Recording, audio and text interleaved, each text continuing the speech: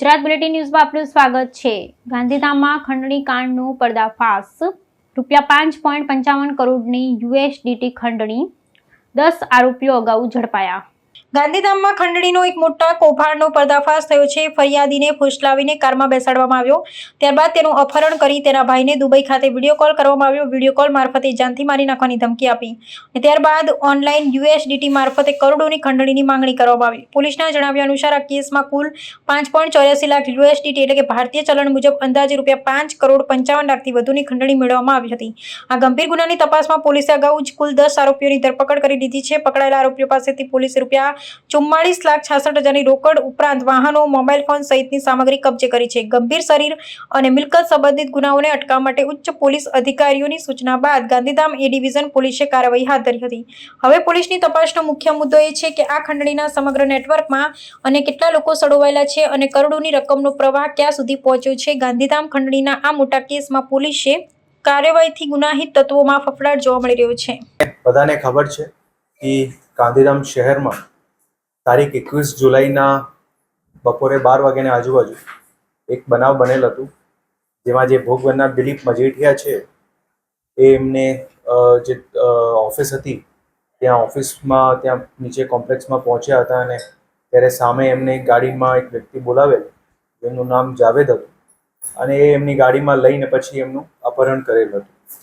આ જ્યારે આખું બનાવ બન્યું ત્યારે જે પ્રકરણ હતું એમાં લગભગ $5,85,000 જેટલું આ ભોગ બનનારના ભાઈ પાસેથી આરોપીઓ દ્વારા લેવામાં આવેલ હતું અને આ બનાવમાં અત્યાર સુધીમાં 10 આરોપીઓને પકડી પાડવામાં આવેલ હતા અને ખાસ કરીને જે લોકો લઈ જવાના હતા, મુખ્ય આરોપી જે ગાડીમાં અપહરણ કરવાના હતા, એ હજી સુધી પકડવાના બાકી હતા।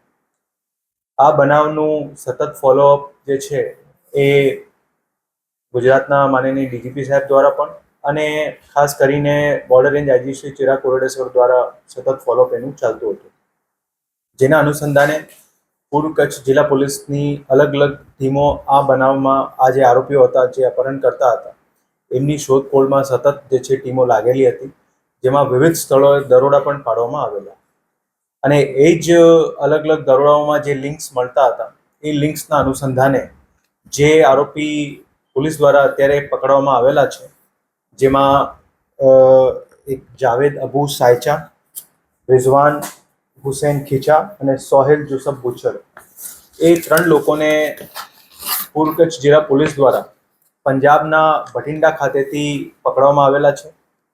આ જે એ લોકોને પકડવામાં આવેલા છે એમાં ખાસ કરીને આ બધી શોધખોળમાં ગુજરાત ATSની ખૂબ સારી મદદ મળેલ છે અલગ અલગ બાબતોમાં અને એની સાથે સાથે જ્યારે એ લોકોને ભટિંડાથી ત્યાં પકડવામાં આવેલ ત્યારે પંજાબ પોલીસના STF સ્પેશિયલ ટાસ્ક ફોર્સ એમની પણ ખૂબ સારી મદદ મળેલ છે। અપહરણ કરતા હતા અને એની સાથે સાથે બીજા 2 લોકોને પણ પકડવામાં આવ્યા છે જે અલગ અલગ સ્થળેથી, એમાં એક મુન્નાવર બુચ્છડ કરીને છે જે જામનગરનું રહેવાસી છે અને એક નાગજી દેસાઈ છે જે અમદાવાદનું રહેવાસી છે। એટલે ટોટલ 5 લોકોને અત્યારે પકડ્યા છે, 5 અને અગાઉના 10। અત્યાર સુધી આ કેસમાં ટોટલ 15 આરોપીઓને જે છે ધરપકડ કરવામાં આવેલી છે અને જે જૂના 10 આરોપી પકડવામાં આવેલ હતા એ લોકો પાસેથી લગભગ $44,66,000 જેટલી રકમ રિકવર કરવામાં આવેલી હતી અને અત્યારે જે આરોપી પકડી પાડવામાં આવેલ છે એ બધા પાસેથી મળાવીને અત્યાર સુધીની ટોટલ જે રિકવરી છે એ અગર ભારતીય રૂપિયામાં ગણીએ તો $4,13,00,000 જેટલી રિકવરી થઈ છે, જેમાં અલગ અલગ વોલેટમાં પણ જે છે એ લોકોના $US વોલેટમાં છે અને બીજી જે છે તપાસ અત્યારે પોલીસ દ્વારા ચાલુ છે।